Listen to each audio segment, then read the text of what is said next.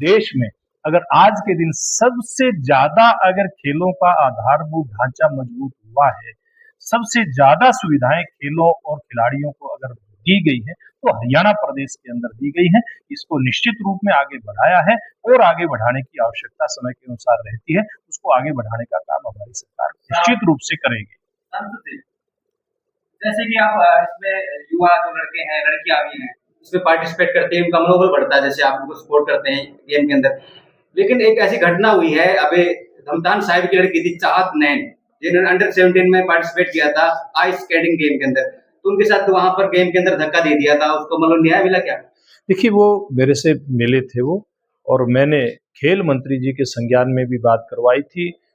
उस बेटी की, उसके माता पिता की खेल मंत्री जी से मुलाकात भी हुई थी, और कहाँ किस प्रकार की घटना हुई उसकी जांच करवा करके उसको न्याय मिले, इस बात का प्रयास हमने पूरी तरह से किया है।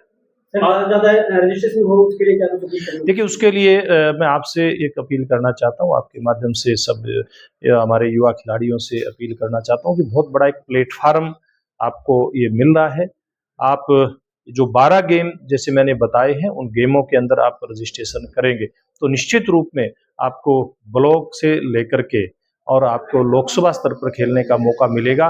तो ऐसे खिलाड़ी चिन्हित होंगे इस खेल प्रतियोगिता में से, मैं दावे के साथ कह सकता हूं, जो भविष्य के अंदर देश और प्रदेश का नाम रोशन करेंगे। और हमारी हरियाणा की सरकार, हमारा हरियाणा का स्पोर्ट्स विभाग, हमारे केंद्रीय खेल मंत्री मनसुख मांडविया जी, ये पूरी तरह से इसके ऊपर फोकस किए हुए हैं, और भविष्य में ऐसी प्रतिभाएं जो निकल करके आएंगी उनको और निखारने का काम हमारी सरकार करेगी। इसलिए ज्यादा से ज्यादा इसमें रजिस्ट्रेशन करवा कर इसके प्रतिभागी बने। आज आप नरवाना पहुंचे हैं जी, तो नरवाना में कर्ण प्रताप बेदी जी लगे हुए हैं जी, तो कितने युवाओं को और कितने अध्यापकों का और कितने लोगों का जोश देखने को मिला? देखिए, आप यहाँ देख रहे थे, ये हाल जो हमारा है चौधरी छोटू राम जो पार्क है, ये इसके अंदर खचाखच भरा हुआ था। इसमें खेल से जुड़े हमारे सभी कोच साहिबान, डीपी, पीटीआई ये भी यहाँ उपस्थित थे, सामाजिक कार्यकर्ता भी यहाँ उपस्थित थे, सरपंच भी यहाँ उपस्थित थे, शिक्षा विभाग से जुड़े और स्पोर्ट्स से जुड़े जितने भी अधिकारी हो सकते हैं, डीएसओ जो है उन्होंने अपने कोचों को यहाँ इसमें भेज रखा था। तो ऐसे सब लोग जब इसमें जुड़ते हैं तो मुझे लगता है कि अच्छी तैयारी की शुरुआत आज यहाँ से हुई है, और बड़ी संख्या में 20 तारीख तक रजिस्ट्रेशन यहाँ से निकल करके आएगा।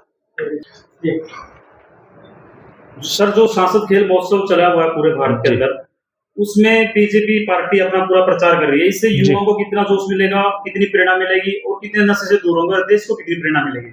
देखिए, देश के प्रधानमंत्री कोई कार्यक्रम देते हैं तो उसके पीछे उनका एक अपना दृष्टिकोण, एक विजन होता है।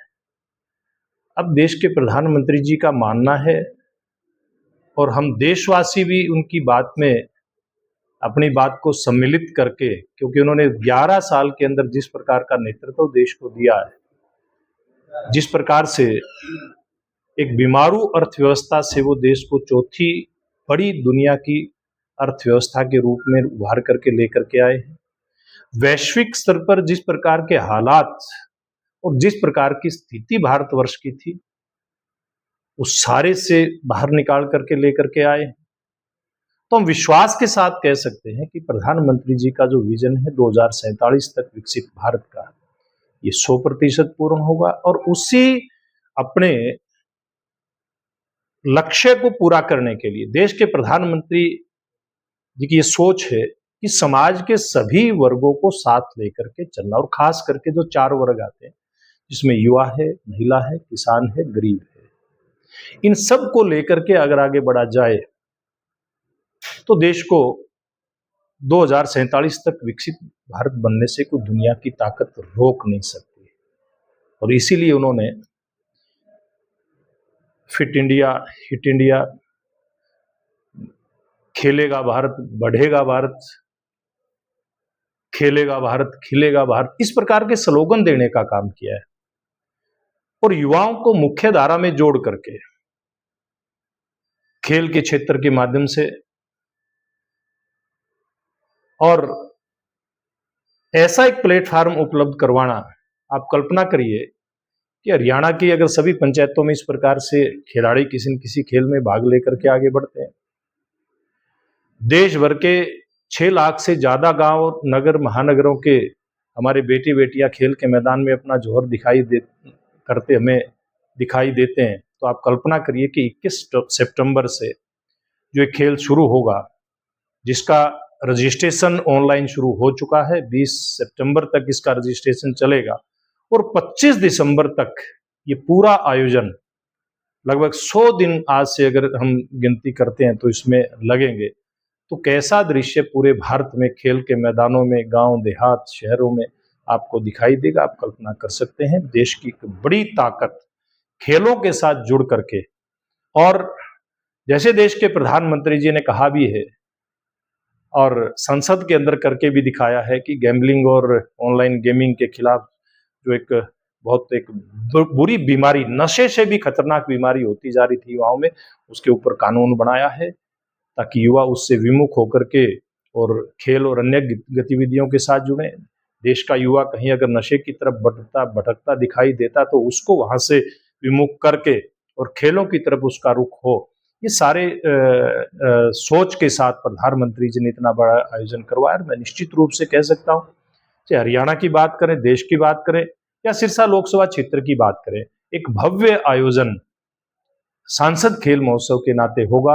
और आज मैं उसी के चलते, पहले जैसे मैंने सिरसा जिला की भी बैठक ली है, फतेहाबाद जिला की भी बैठक ली है, तो आज सिरसा और फतेहाबाद के अलावा इस सिरसा लोकसभा का जो महत्वपूर्ण हमारा विधानसभा क्षेत्र है नरवाड़ा, उसकी बैठक लेने के लिए आया था। आप सब लोगों के सामने यहाँ खिलाड़ी भी, कोच भी, शिक्षाविद भी, पीटीआई, डीपी, चुने हुए प्रतिनिधि भी यहाँ पर उपस्थित हुए हैं। और मैं समझता हूँ कि ये 20 तारीख जो रजिस्ट्रेशन चलेगा, ऑनलाइन पंजीकरण चलेगा, उसमें बड़ी संख्या में इनके माध्यम से पंजीकरण भी होगा। और फिर 21 तारीख से जो टोहाना से जिसकी हम इस खेल महोत्सव की शुरुआत करेंगे, उसके बाद जो खेल महोत्सव चलेगा उसमें भी यहाँ के भारी संख्या में युवक युवतियां भाग लेंगे। सांसद जी, जो ये सांसद खेल महोत्सव है जी, तो ये खेलो इंडिया के तहत ये है या ये देखिए, खेलो इंडिया अलग एक वो था और ये सांसद महोत्सव अलग है, खेल महोत्सव अलग है, क्योंकि अलग अलग प्लेटफार्मों पे बच्चियों को अपना जो खेल का जौहर है वो दिखाने का मौका मिलता है। तो निश्चित रूप से बच्चों को ज्यादा मौके मिलेंगे तो ज्यादा आगे बढ़ने का उनको एक मौका मिल सकता है। सांसद खेल जो महोत्सव चला उसमें कितने खेलों को ऐड किया गया है? इसमें 12 मोटे तौर पे हमने अलग अलग लोकसभा में अलग अलग प्रकार से हैं।